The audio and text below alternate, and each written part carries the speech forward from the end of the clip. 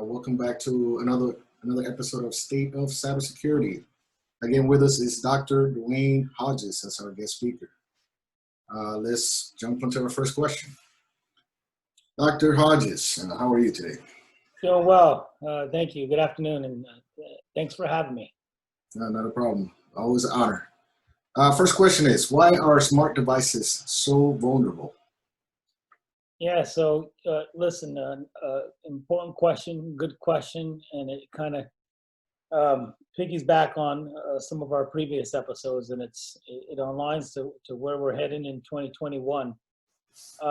You know, convenience is more important than security to many people, and I think that's the principal answer to this question. But it's not the only answer. What you gain in convenience, you lose in security. And functionality is easy to build. It's easy to integrate. It's quick for developers. So quick, easy to get out the door. And that right there is a competitive advantage for manufacturers. It's it's how we get products out of the door. But it's hard and expensive for security to be maintained. It's hard and expensive for security to be built into a product, and it's hard and expensive to sell security. It's hard for users to learn security. Security is hard for users for functionality itself. You normally simply hit yes for a device. If you have an iPhone or if you had an Android and you want to connect to another application, if you want to make something work, whether it's a GPS on a map services, if you want your application to work, it's normally simple as hit yes, hit allow, and it works. But when it comes to security, it's a little bit more complicated. You have to break down your device, and you have to do lots of configuration. You have to have passwords. You have to have strong passwords. In many cases, if the developer has done their job right, they've normally put technical controls in that require you to have, strong passwords, uppercase, lowercase, long passwords, maybe multi-factor authentication. But with that comes a very secure development process that costs money. And so the configuration from development piece all the way to the user pieces is very complicated and it costs money. It's cheap to put things online.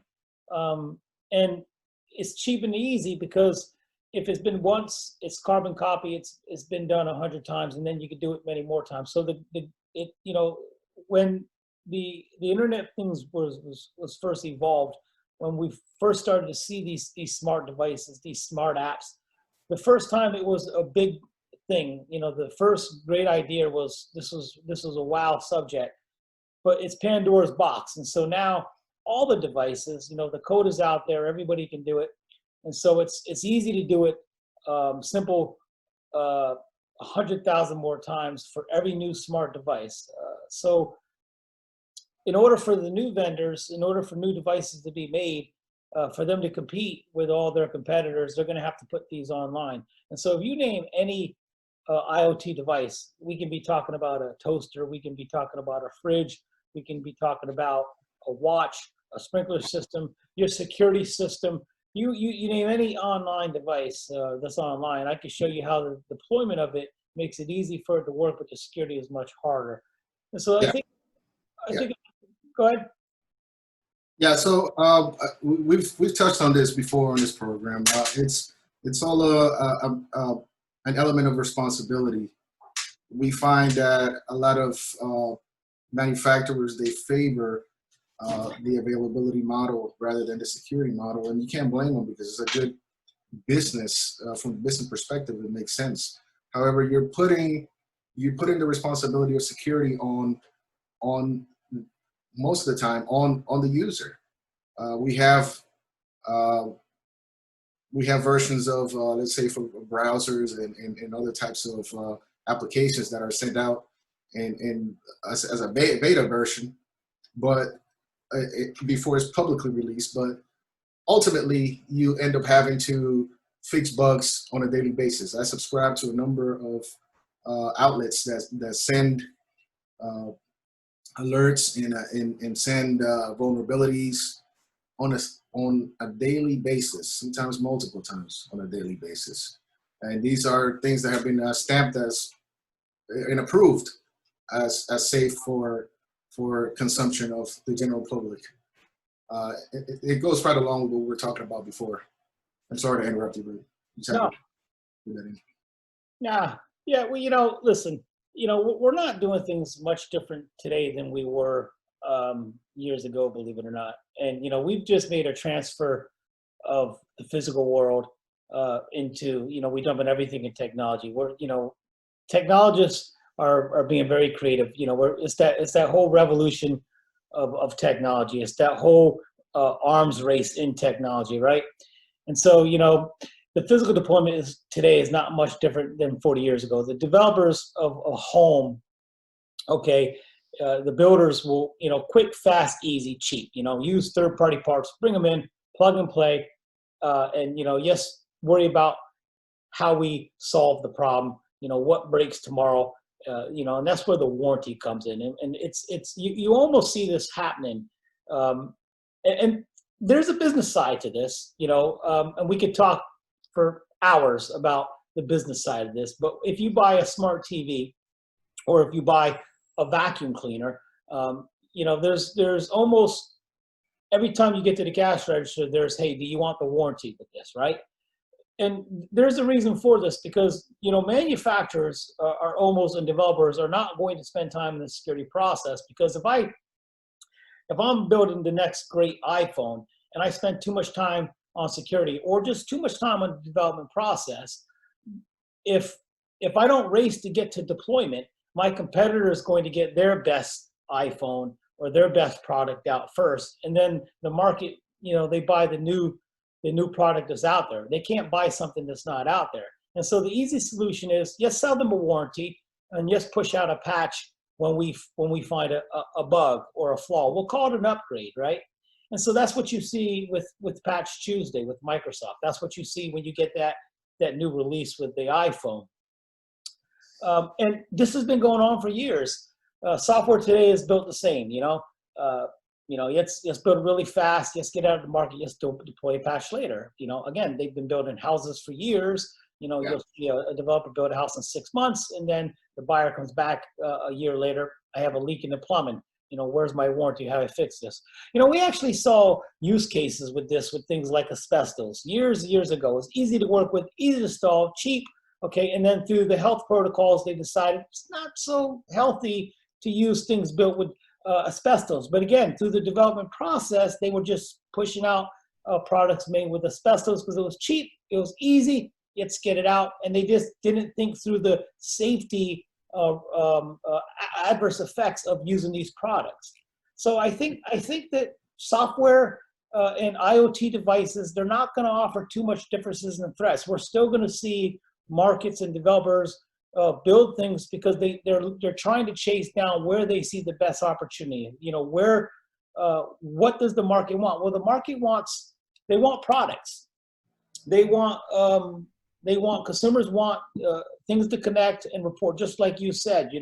If I can get the weather along my travel every single day, if I'm traveling from point A to point B and from point B to point C, if I travel 500 miles from Maine to Florida, if I can get updates on weather, bad traffic, the only way for me to get that is allow my phone to connect to 5G, and at the same time, something has to track me and give my grid coordinates along the way. Well, with that comes vulnerability. It could be vulnerability on my location, my confidentiality.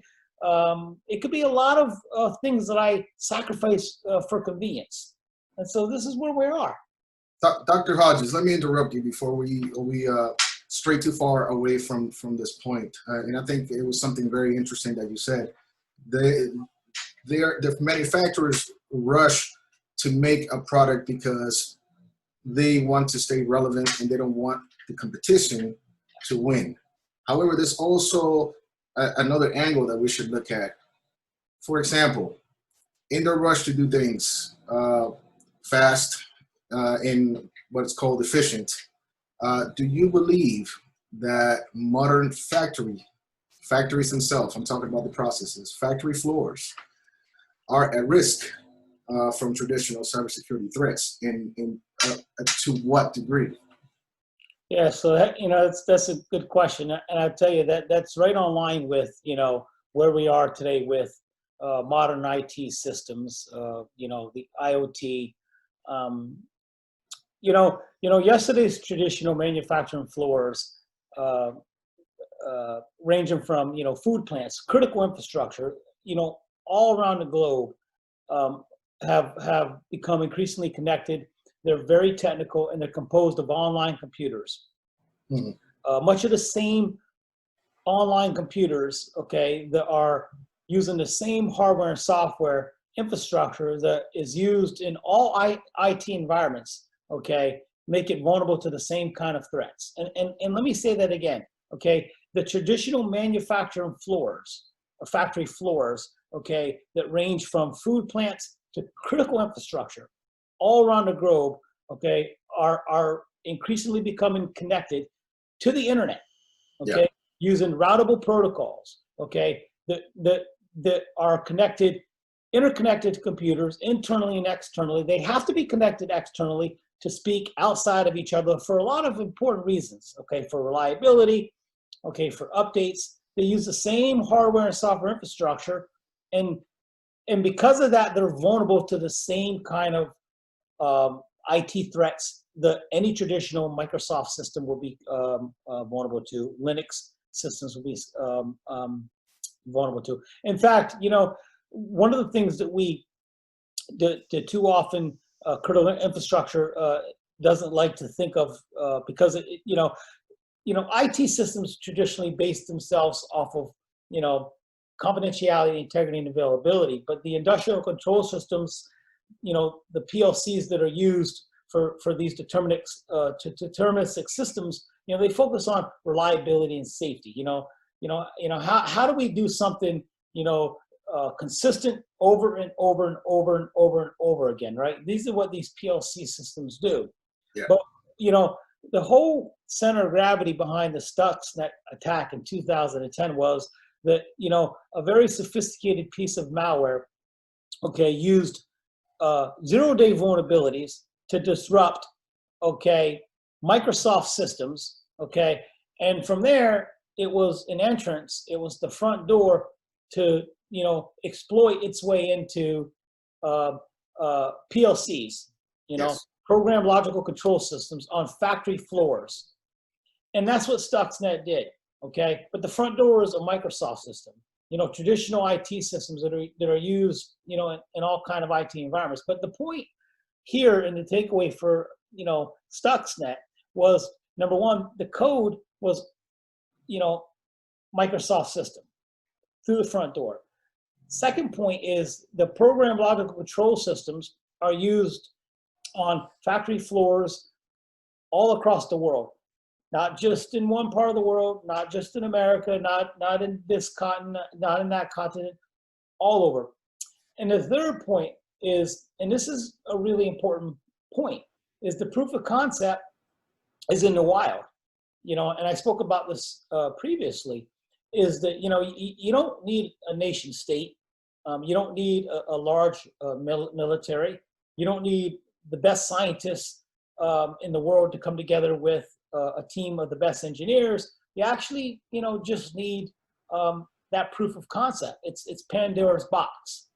So, you add those three factors together, and, again, it makes some of the small businesses from, retail level to medium-sized to large-sized companies to every piece of critical infrastructure to anybody that probably uses an elevator possibly to become low-hanging fruit if you're not doing some of the simple security measures on an IT system that is dependent on, reliability, safety, and security measures that now sit in front of these PLCs to now increase and enhance traditionally what a PLC would do without the capabilities of IT systems several years ago. So, that's a really good question. Yeah, and not only that, from my base as a vulnerability assessor, I did notice some things. A lot of industrial control systems, they have very, very outdated operating systems, for example. I've seen NT in this day and age, Windows NT, still out there working. Why? Because it's still working. So the standard they take is, okay, this is working, so why would we try to patch it? Why would we try to do anything that would risk it just breaking? And the thing about it is that these processes and these industrial devices, we depend on them also. So it's, for them, it's a question of they want security or want to run the risk of breaking it. Yeah. Which is break what is working. So a lot of them choose not to patch and update and change things that may otherwise hurt their business.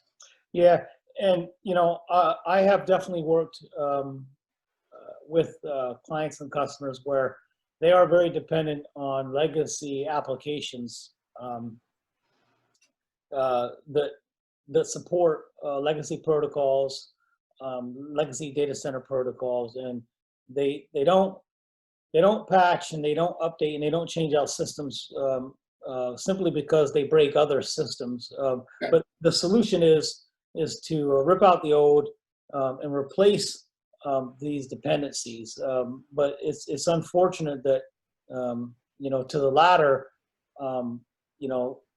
the thought that you can isolate some of these legacy applications, these legacy operating systems, and because by updating them you break reliability, and I do agree with the engineers behind the PLCs that it's not as simple. If I update this, I break reliability here. This is true, okay, but you can't have your cake and eat it too. You can't use IT with cyber physical systems in the real world. You can't use IT to as an advantage to do the things that you wanted to do, because right now you're simply at the mercy of the Microsofts of the world. When they stop updating their systems and perform engineering and providing their updates, I mean, we're coming to a day and age that you simply have to rip it out and replace it and upgrade it for a lot of good reasons. And so it worries me. So,